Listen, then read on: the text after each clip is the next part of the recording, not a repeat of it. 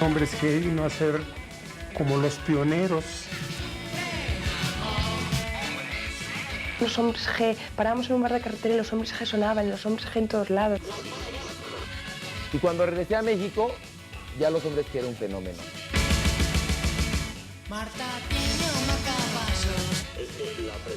Pero se les acusó de todo, se les acusó de pijos, se les acusó de drogadictos. Hombres G. Fue como el parteaguas de los grupos de rock.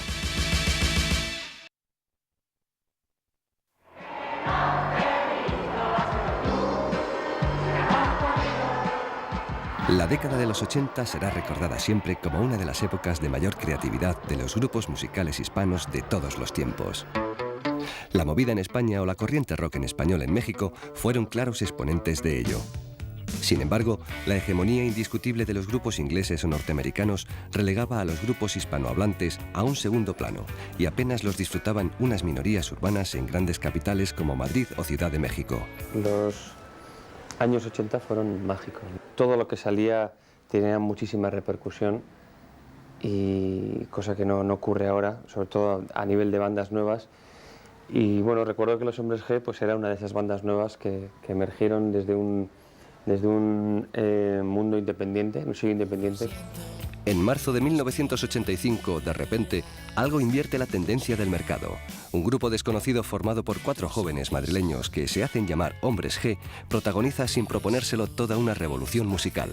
Sus canciones y su sencillez atrapan a millones de jóvenes que se identifican con ellos. Por primera vez, un grupo musical en español genera un fenómeno social de magnitud internacional. Todo no viene solo en esta vida, todo es parte de un movimiento. Y en ese entonces, si mal no recuerdo, había algo llamado el música en tu idioma. Por lo menos aquí en México se llamaba así. Música en tu idioma o rock en español o no sé qué. Esa generación que fue la primera, la de Hombres G, que empezó a consumir realmente potentemente música en español. Ya empezaron a empujar en las listas, digamos, a todos los artistas que en ese momento salían o que ya existían y que empezaron a desplazar, digamos, a la música inglesa. 43 minutos y continuamos transmitiendo aquí en Vox FM. Yo me acuerdo en esa época tenía un programa en los 80s, precisamente en WFM, que se llamaba Fusión, y era todo lo que es el rock en español. Entonces, me acuerdo que fue un fenómeno pocas veces visto, fue como el parteaguas de los grupos de rock de esa época de los 80s. Rafa, Javi, Dani y David toman su nombre artístico del cartel de una vieja película protagonizada por la estrella del cine negro de los años 30, James Cagney, en la que los G-Men eran agentes del FBI en lucha contra el imperio del crimen. ¡Hombres G! Ellos son además muy, la palabra sería limpios, ¿no? O sea, los veías y te daba gustito verlos. Era gente muy enrollada, gente muy sin más rollo que la música.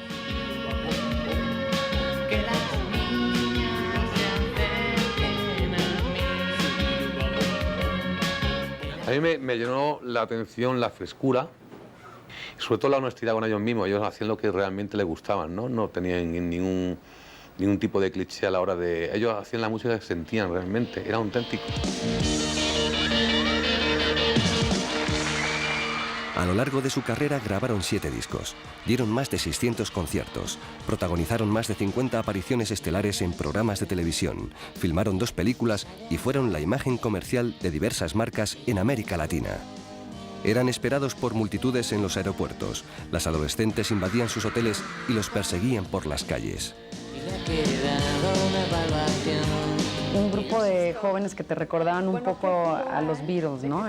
Ese look fresco, desaliñado, auténtico, con letras muy divertidas. Bueno, yo la primera vez creo recordar que los vi en televisión y me llamó poderosamente la atención la cantidad de niñas totalmente entregadas. O sea, fue como un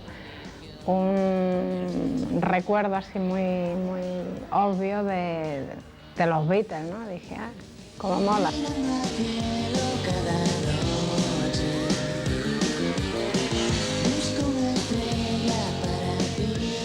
Hombre, yo te soy sincero. Yo me parece pretencioso equiparar Hombres G con los Beatles.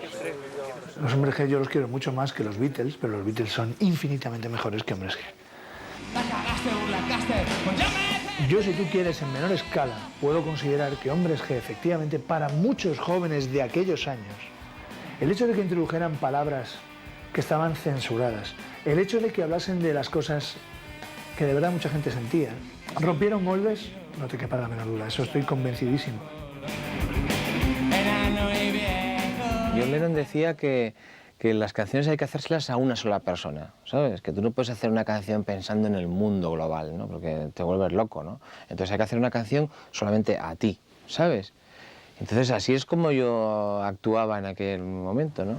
A la entrada del club de Cavern en Liverpool, donde los Beatles tocaban antes de saltar a la fama, un cartel reza: aquí es donde comenzó todo. En la historia de Hombres G, ese cartel bien podría colgarse en el madrileño barrio del Parque de las Avenidas, donde se criaron Javier Molina y David Summers. Yo conocí a David del colegio, de toda la vida, desde párvulos o jardín de infancia prácticamente. Con 4 años fui al colegio menesiano y él también. Y fuimos compañeros toda la vida, desde párvulos, desde que éramos 4 o 5 años.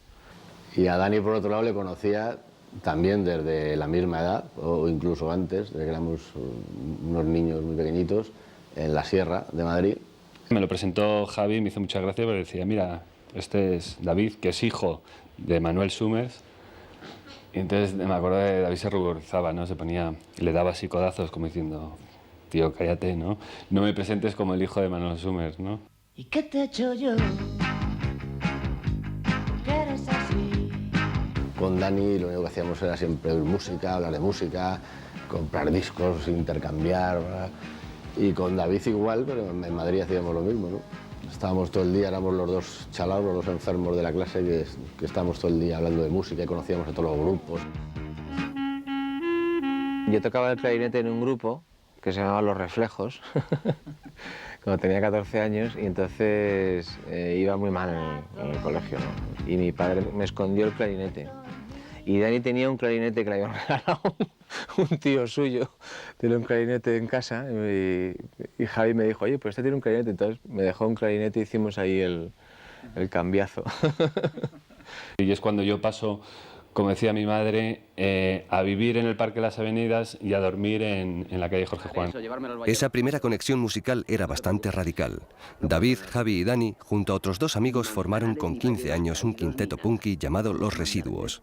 Iban vestidos de negro, con los pelos cardados y su ropa de cuero llena de pins. Un día se hartaron de tanto punk, se quedaron los 3 solos hasta que el destino movió su primera ficha. Tocamos durante un año, nosotros 3 solos, y al año conocimos a Rafa en un programa de televisión.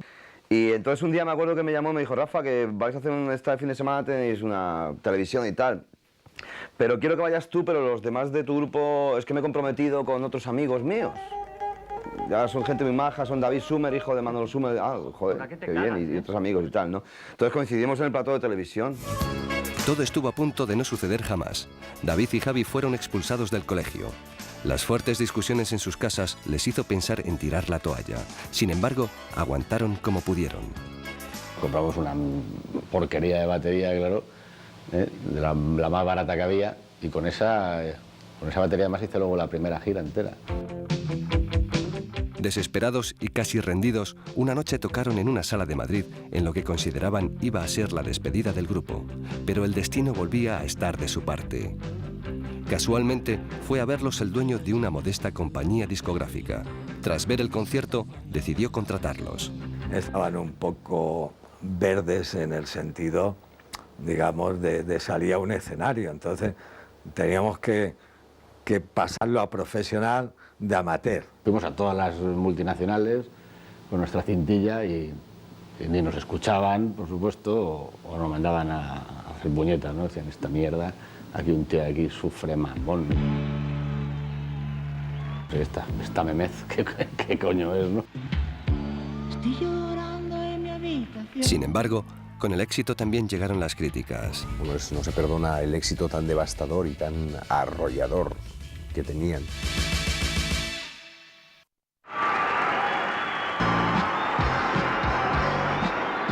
Los conciertos de Hombres G pues empezaron a ser multitudinarios, empezaron a llenar sitios grandísimos, empezaron a vender una cantidad de discos que también eran impensables en aquella época para un grupo español, y luego iniciaron un fenómeno aquí en España que fue el fenómeno de las fans, ¿no?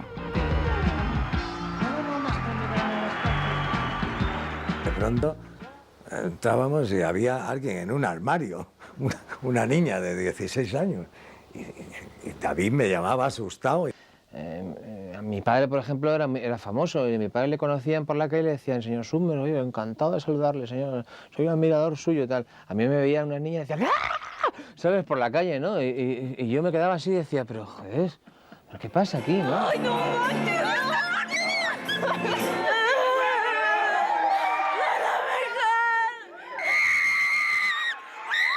Si yo sé que me voy a morir mañana, hoy voy y me meto a su habitación, al cabo ya no lo voy a volver a ver. Eric David, en honor a David Summers. Bueno, originalmente era Eric Javier, porque a mí de los hombres el que más me gusta es Javi, pero pues como que no combina Eric Javier y le puse Eric David. Me gustaban los hombres G.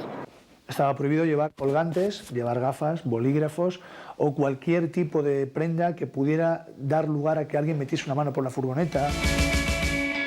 La industria discográfica española contemplaba atónita el fenómeno Hombres G y no iba a cruzarse de brazos. El pez grande se lanzó a arrebatar su presa al pez chico, pero las ofertas multimillonarias no impresionaron al grupo y tampoco olvidaron que sus nuevos pretendientes habían rechazado sus maquetas. Yo terminé el contrato con ellos y Hombres G ya están arriba del todo. Es el grupo más popular de España, el que más vendía discos, no solamente en España, en América. Hombres que tenían ofertas de todas las compañías discográficas, todas las multinacionales, ofertas millonarias. Hombres que renovaron conmigo por nada. Las multinacionales intentaban entrar, lógicamente, en contacto directo con el artista, con los Hombres G, porque aparte, pues muchos sabían que yo tenía parte de la propiedad de Twin, entonces, lógicamente, atacaban más a ellos propiamente.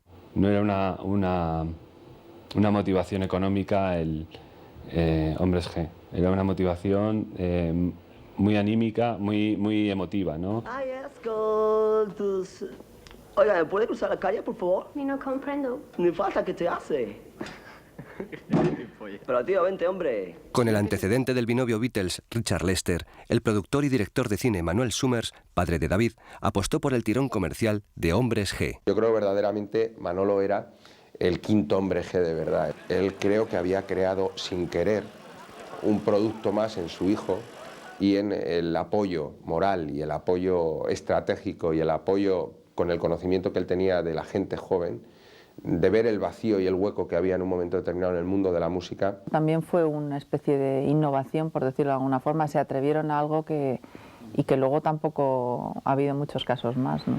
La película Sufre Mamón, cuyo título en los cines americanos fue Devuélveme a mi chica, y la posterior Suéltate el pelo, se convirtieron en sendos éxitos de taquilla. Los estrenos fueron tan caóticos que los empleados de las salas declararon no recordar nada parecido. Pueden ustedes recoger sus cosas y salir de la clase. ¡Castigo de Las películas son un Dios! reflejo no de lo que somos, sino de lo que éramos en aquel momento, ¿no? En aquel momento éramos así. Espero que esto así, sirva directamente. El rodaje fue para nosotros una experiencia increíble, cachondísimo, madrugando todos los días. Y fue una experiencia fantástica. Porque es que, claro, o sea, tienes un grupo de éxito y encima van a hacer una película para los cines y ya dices, bueno, esto ya es Hollywood, ¿no? Nosotros era parte de todo lo que nos estaba pasando, era como un juego, ¿no? Pues otro mogollón más, ¿no? Otra movida más que tenemos. Hasta mañana. Hasta luego. Mañana, socios. Adiós. Chao. Hasta luego. Esta debe ser la final de las 10.000 pelas, ¿no? El estreno fue también impresionante, ¿no? Fue en un cine de la Gran Vía madrileña. Hicimos una entrada, además, curiosa, ¿no? Llegamos allí con un coche antiguo, tipo Al Capone, y todo rodeado de globos, además, de colores, llegamos allí.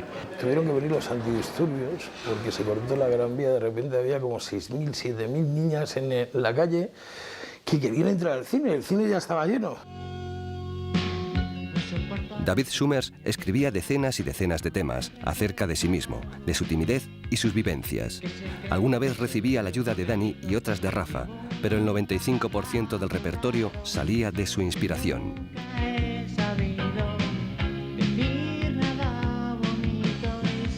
Bueno, yo creo que David Summers en México fue ampliamente reconocido. Yo le llamaría el poeta del pop en español, sin duda. Sí siento que es un hombre muy profundo, muy intenso, ¿no? Como muy apasionado, aunque siempre tiene esa serenidad.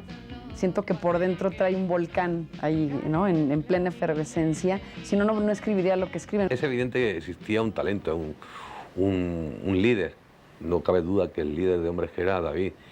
Pero, por favor, cada uno tenía su papel dentro del grupo y lo llevaba a cabo perfectamente.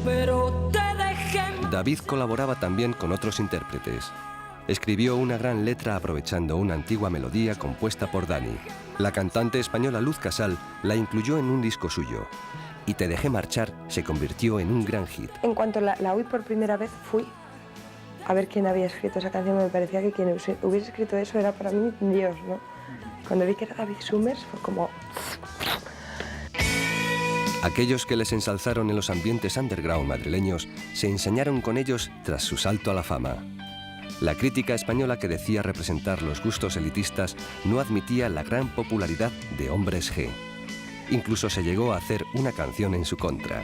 Se les acusó de todo, se les acusó de pijos, se les acusó de drogadictos, se les acusó de salvajes, se les acusó de niños de papá, se les acusó de que sean creídos. Mala noticia, muchachos. Paco Martín se preocupaba muchísimo, ¿no? Y respondía a los críticos, les mandabas cartas. Digo, olvídale, si da igual, digo, si es que no puedes luchar contra ello, ¿no? Vergüenza que determinados sectores mediáticos o de la música sienten hacia determinada música porque la consideran muy gamberra o muy ligera. Algunos jóvenes de la movida de los 80 o de principios de los 80, como muy modernos, como muy tal, no perdonaron que un grupo que salía al escenario con la misma ropa, que viajaba por la calle o que salía por la calle con una camiseta y un vaquero, pues es decir, que no se tuviese que disfrazar para salir a un escenario, pues realmente tuviese el impacto que tenía. Pocas veces se encontrará en la historia de la música una contradicción tan notoria. Mientras en España se les acusaba de ser un grupo casi infantil, en América les comparaban con los Doors, el paradigma de la irreverencia. Ajenos a estas críticas, los jóvenes españoles se divertían con su música y los latinoamericanos vitoreaban sus letras como gritos revolucionarios de libertad. Iban a por ellos de una manera faltosa, ¿no? Sin ningún tipo de base, nada más que porque les caía mal el que cantaba o porque les caía mal el que aporreaba los tambores. Una canción de su primer disco, inadvertida en España, suscitó, sin embargo, un gran interés en Miami y acabó provocando que las autoridades de La Habana prohibiesen al grupo la entrada a Cuba. O sea, yo hice la canción Matar a Castro porque leí un artículo en un interview que se llamaba Matar a Castro. Estaban como preparando a un grupo para asesinar a Castro y no sé cuánto. Entonces a mí me pareció cinematográficamente interesante, ¿no? la historia. Yo no era especialmente anticastrista, ¿no? Tenía ganas de hacer una canción sobre un atentado político protagonizado por una niña pequeña que dispara un rifle. O sea, era una historia totalmente ficticia, ¿no? Hay una niña cubana pequeña escondida, espera la ocasión de matar. Yo tuve hasta contactos con líderes anticastristas que me llamaban para que yo apoyara el movimiento y dije, ahí puse el freno y dije, oye, tío, yo no me quiero meter en esto de regionales en absoluto, ¿sabes? O sea, yo ya, hasta aquí hemos llegado, ¿sabes? El escándalo está a punto de llegar a México. Dije, mamón, esa palabra es muy fuerte para México, ¿no?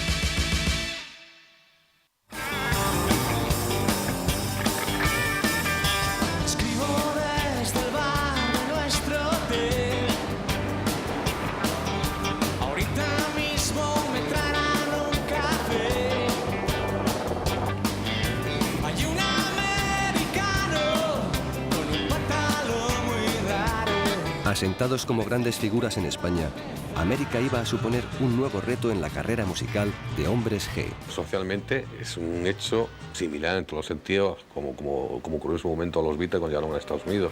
En su primer viaje a Perú, una multitud de 10.000 personas invadió el aeropuerto para recibirlos y la policía tuvo que evacuarlos en coches blindados. El fenómeno se extendió vertiginosamente por Colombia, Ecuador, Venezuela, Centroamérica y el más trascendente, México. Tocar para 30.000, 40.000 o hasta 50.000 personas en sus giras americanas se convirtió en otra novedad para ellos. Arrancó todo en Perú, se fue transmitiendo y tal, y ya en México ya dije, esto es Hombres G en América, increíble. Nos hablaban de México como un país inaccesible completamente, ¿no? La gente de allí nos decía, bueno, es que bueno, si entraseis en México, en el mercado mexicano, ya sería la bomba. Influyó mucho cosas como lo del idioma, las palabras aquellas, que el público las utilizaba como para un acto de rebeldía. En mi habitación, todo se nubla a mi alrededor. Y de pronto llegan estos cuates a decir sufre mamón, ¿no? Y entonces se arma un desmadre porque si ahora nos está costando trabajo llamarle a las cosas por su nombre, imagínate en ese tiempo, ¿no? Además había palabras que para ellos son malsonantes, que aquí no lo eran, o no lo eran tanto quizá, ¿no? Pues el decir culo, el decir mamón, el decir no sé qué, no sé cuántos, en aquella época allí pues se les sorprendía mucho, ¿no?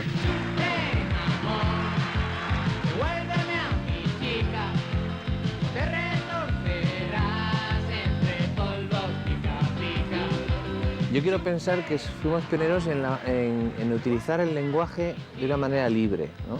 Y porque yo creo que es muy importante dirigirme a mi público de la misma manera en que hablo y que ellos hablan también.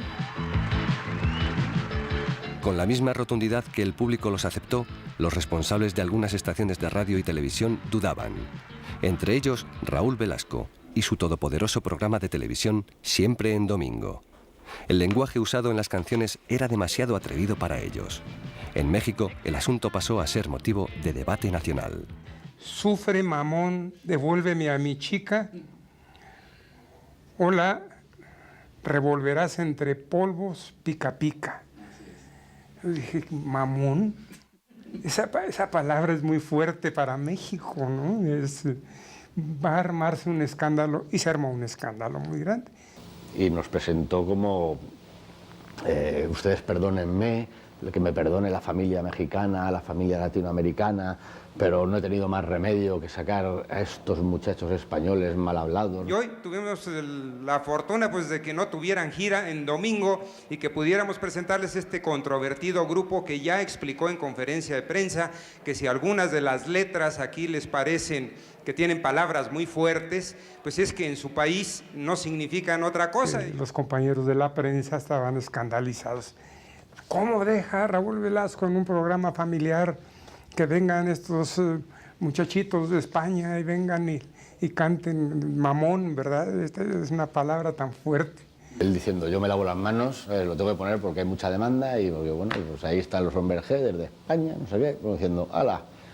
Que sea lo que Dios quiera, ¿no? Desde luego, cuidamos por respeto a los hogares mexicanos que las canciones que hoy pongamos en nuestro programa no tengan ninguna de esas palabras que resultan altisonantes, como respeto a la familia mexicana, que aquí sí significan algo. Tenían un público sin edad, hasta los abuelitos yo pensaba que se iban a enojar cuando lo de la palabra mamón.